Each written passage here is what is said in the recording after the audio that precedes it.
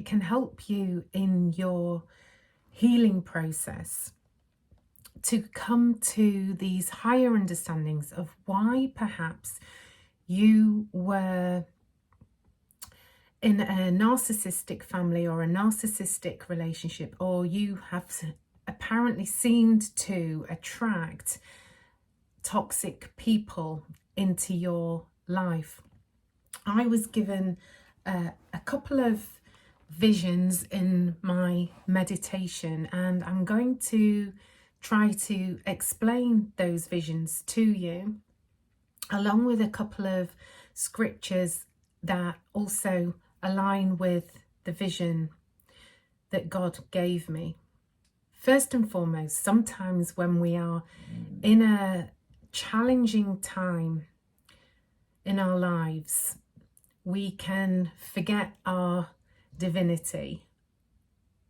Certainly when I was caught up in a narcissistic, dysfunctional family, at that time in my life, I wasn't able to come to the understandings of the why this was happening to me, and in some way, shape or form, why I wasn't able to see the higher reason why I was in that position in the family. And I was very much caught up in the victim mentality at that time. I do believe we are here for the human experience. So with that, when we come here, we're here to elevate our soul. And with that, if we just had it all good and happy all the time, then we probably would never elevate. So therefore, we have to experience the heartache and the judgment and the betrayal of others, which is incredibly painful at the time. And working through these feelings of anger and loss and betrayal and guilt is all part of our human experience. As challenging and difficult as it is, when we're trying to go through it, it just feels so unfair, and you go through this why me, and it's hard at that time, isn't it, when you sort of get on your knees and you cry out to God, like, what is it you want me to know? But it's often at that point when we get down on our knees is when the upward growth starts, and when otherwise, if it was all good all the time, we wouldn't ever have sought God, would we? And I think we sometimes forget when we are in the challenging times. And as God showed me in my vision today, we only have to ask for a spiritual drink. Come, all of you who are thirsty, come to the waters, and you who have no money, come buy and eat without money and without cost. Isaiah 55 verse 1. It's really to say to us that we can ask God anytime for help, and to help us through, and to give us our nourishment, perhaps not in the worldly sense as we think and we know it. In my second vision that God gave me today, I was given a beautiful, pure, white bunch of flowers, roses. And the thing is about flowers is they have a beautiful fragrance and essence. And when you seek that purity and you seek God in all things, then God will transform you so that your words become that fragrance and essence to give to others. But one of the important things that I was shown in that vision is that roses, even pure white roses, and when you are in purity, roses still have thorns. And what thorns do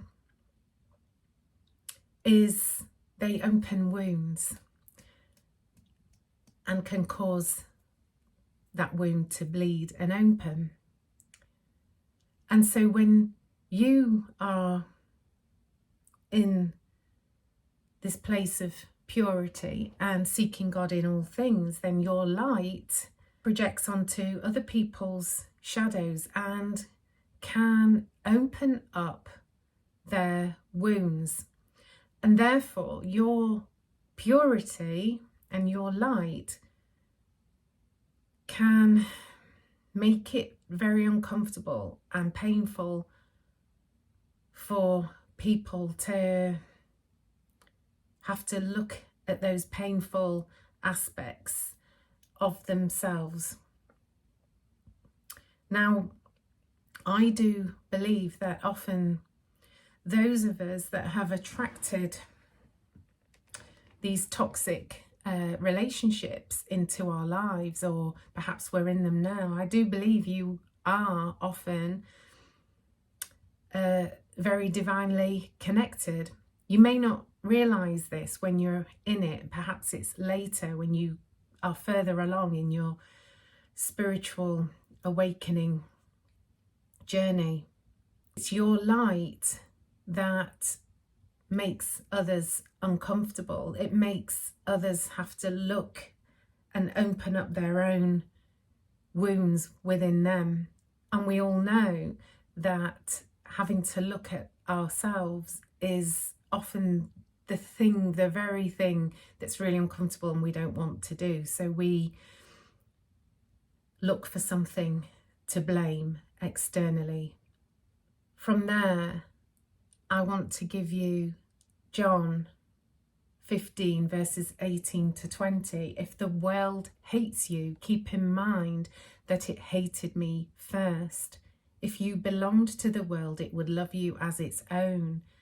As it is, you do not belong to the world, but I have chosen you out of the world.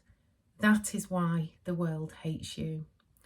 Remember what I told you, a servant is not greater than his master. If they persecuted me, they will persecute you also. It can be difficult and very challenging when you begin on your spiritual awakening journey. And you may find that you are persecuted for this journey you're on, because that purity, that light, means others have to confront darkness and their ego, and it's something that most people find it's very difficult and hard to do, and it's far easier to blame you. And it's not because you're doing anything wrong, but it's because you are elevating and they don't understand what you're going through, and therefore you are, judged and labelled for that. But as I've said before, you're not seeking the approval of people and the world. You are seeking the approval of God. And by projecting yourself to God and the divine, it's quite a journey.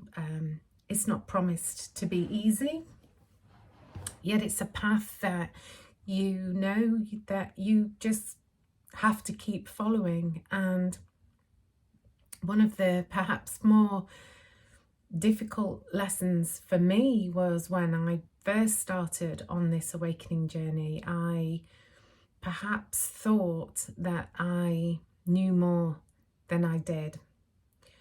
And one of the realizations really has been, as I go further along this path, has been one humbling after another, and the realization that almost the more you know, the less you know, and truly to really fully surrender that path, surrender your heart to God.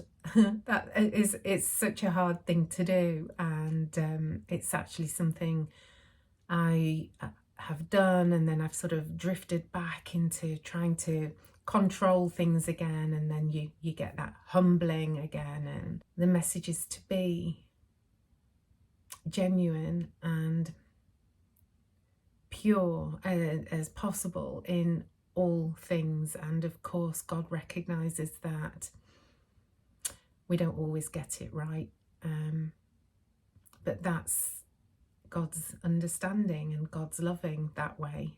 So we do the best we can with the knowledge we have at the time.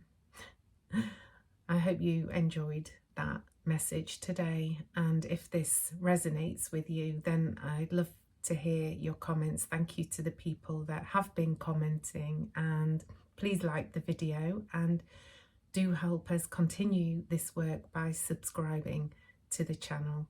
Thank you.